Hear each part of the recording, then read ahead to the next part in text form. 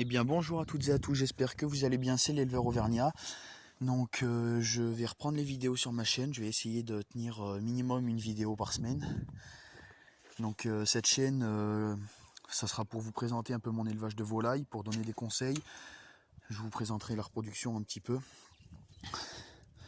Donc voilà, les races que j'élève, donc c'est les bantams de Pékin et Marans. J'ai également quelques Yandots. Donc je vais aller vous présenter le premier parquet de bantam de Pékin. Donc il y a un filet, voilà. Il y a un filet par-dessus. Donc mon coq est roué noir. Il est sur ma dernière vidéo de volaille. Il était encore tout jeune, donc c'est mon reproducteur. Et après j'ai 6 poules, donc une frisée qui est à la maison, elle est moche celle-là, donc elle va partir. Celle-là elle est assez belle, donc je vais la garder pour la repro. J'ai 2 noirs, donc une à collier d'or. Voilà, là le collier un peu doré. Et celle-là noir pur. Voilà, une noire qualité blanc. Noire qualité blanc et une dernière mille fleurs. Voilà, qu'on peut voir ici, qui est en train de couver. Elle est tout le temps en train de couver, celle-là de toute façon. J'essaie de l'enlever de temps en temps des nids pour qu'elle fasse plus chier, mais parce que du coup, tant qu'elle couve, eh ben, j'ai pas d'œufs du coup, d'elle. Sachant que la reproduction a commencé, j'évite au maximum de la faire couver du coup. Donc voilà, donc c'est un bon coq. J'ai 100% d'œufs de fécondés. Tous les œufs sont fécondés. Malheureusement, pour les éclosions, j'ai pas 100%. Je vous ferai des vidéos sur la reproduction, mais la première tournée, c'était du poussin de Pékin. J'avais mis seulement 8 œufs dans la première tournée. Et j'ai eu que 3 poussins. Donc 5 qui sont éclos, dont 2 qui sont morts à la naissance. Donc je comprends pas, mais bon. Donc voilà, donc là on rentre dans mon parc, c'est tout boueux et tout ça. Des fois c'est beau, il y a de l'herbe, mais là c'est tout boueux, c'est dégueulasse avec la neige. Donc voilà, donc là on est sur une Yandot dorée à liseré noir. Là on est sur de la Marance qui est née l'année dernière chez moi. Voilà, on voit les plumes aux pattes. Donc la Marance a la particularité de faire des œufs marrons très très foncés. Voilà, donc ça c'est un peu galère. Donc ça c'est j'ai mis du filet par là-haut aussi. Enfin, donc là on va faire un trou avec mon père parce que c'est pour un parquet pour les jeunes 2020. Donc ça sera pour le parquet des Marances normalement là-dedans.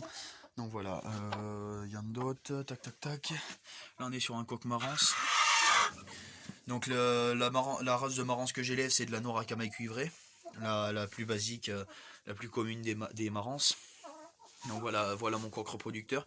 Une autre de mes poules, elle est noire unie. Et l'autre elle avait collier d'or. Donc ça c'est une Yandot, je sais pas comment on dit.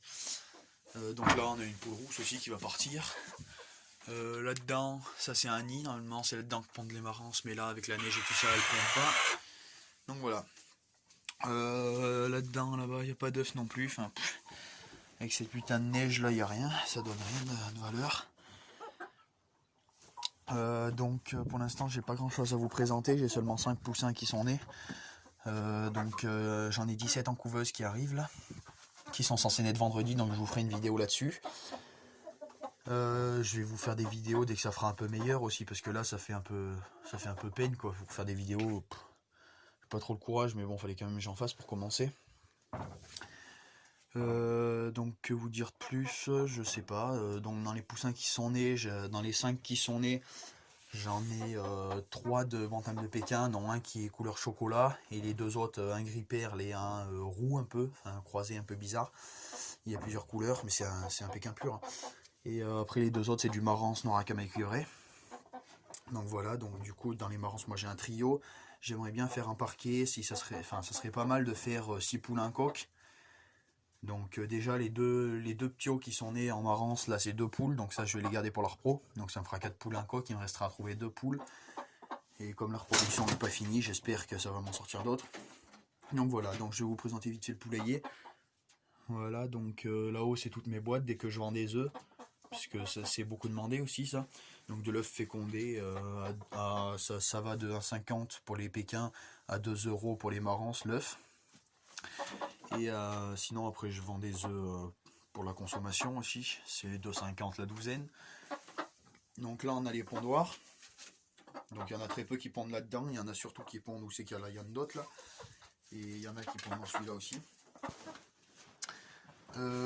J'ai quoi du coup comme poule là-dedans? Bah, j'ai 2 marrances, 2 Yandot, donc les Yandot j'aimerais bien les débarrasser assez rapidement aussi, comme les pondeuses. La rousse là elle est déjà réservée, elle va partir. J'en ai une autre là, elle est dehors sûrement. Elle est là-bas.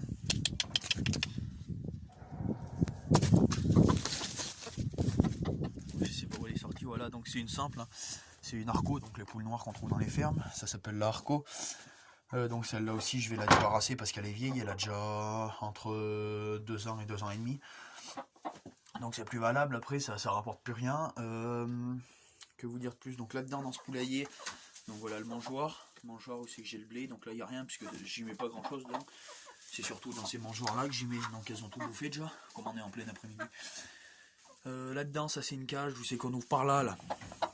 Donc là-dedans j'y fous les poussins, donc je vais y mettre les poussins les plus jeunes, non les plus vieux là-dedans, qui ont plus d'une semaine, qui ont plus de 3 semaines, entre 3 et 4 semaines. Ceux de avant qui ont à peu près 2 semaines, moi je les sors de sous la lampe chauffante vers les 2 semaines, 2 semaines et demie. Je vais les foutre là-dedans, ou sinon ça c'est une... Donc voilà, ça se fait un peu comme ça, tout simplement. Et sinon ça c'est une caisse que je me sers pour l'engraissage. Ah ferme là putain. Pour l'engraissage des coups nus, voilà, parce que j'en engraisse quelques-uns par an pour manger, hein. Évidemment, après pour tout ce qui est marrance et tout ça, même les coques je les mange pas, moi je vends tout. Parce que ça se vend très très bien, donc ça me sert à rien de les manger. Autant manger du coup nu, ça grossit bien plus vite et tout ça. Donc voilà. Donc je vais essayer de tenir le rythme d'une semaine, une vidéo par semaine, grand minimum au moins. Donc je vais essayer de m'y tenir quand même. Si ma chaîne vous plaît, donc évidemment je vais vous donner plus de conseils parce que là c'est une vidéo juste pour démarrer sur la chaîne. Donc la qualité est pas super bonne et tout ça. Parce que c'est avec mon téléphone que je filme. Donc voilà. Si la vidéo vous a plu, faut pas hésiter à en parler autour de vous et tout ça, que me faire un peu de pub si possible. Parce que comme je démarre juste, voilà, ça serait cool. Après je parle avec Jardimo, je sais pas si vous connaissez, c'est un youtubeur aussi qui fait de la volaille et tout ça de race. Donc je parle avec lui sur Snap et tout ça, donc je vais essayer de lui demander de me faire un peu de pub quand même, pour que je puisse démarrer quand même avec quelques abonnés. Voilà, donc n'hésitez pas à vous abonner, surtout si ça vous a plu, à conseiller ma chaîne à d'autres personnes, à laisser un commentaire pour que je m'améliore sur l'élevage. Donc je sais, pour certaines personnes, ils vont me dire que les poulaillers sont dégueulasses, que patati et patata. Donc je tiens à préciser pour ce poulailler, ouais, c'est rempli de merde en dessous, donc les poules, donc sur ce perchoir. Je nettoie, je tiens à préciser quand même que je nettoie cette partie là, enfin 2 fois par semaine. Donc oui, c'est rempli de merde, mais j'essaie quand même d'y nettoyer 2 fois par semaine.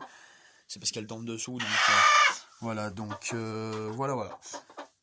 Donc n'hésitez pas à vous abonner, laisser un commentaire, un pouce bleu, et puis voilà. Merci beaucoup de m'avoir suivi et de me suivre après par la suite.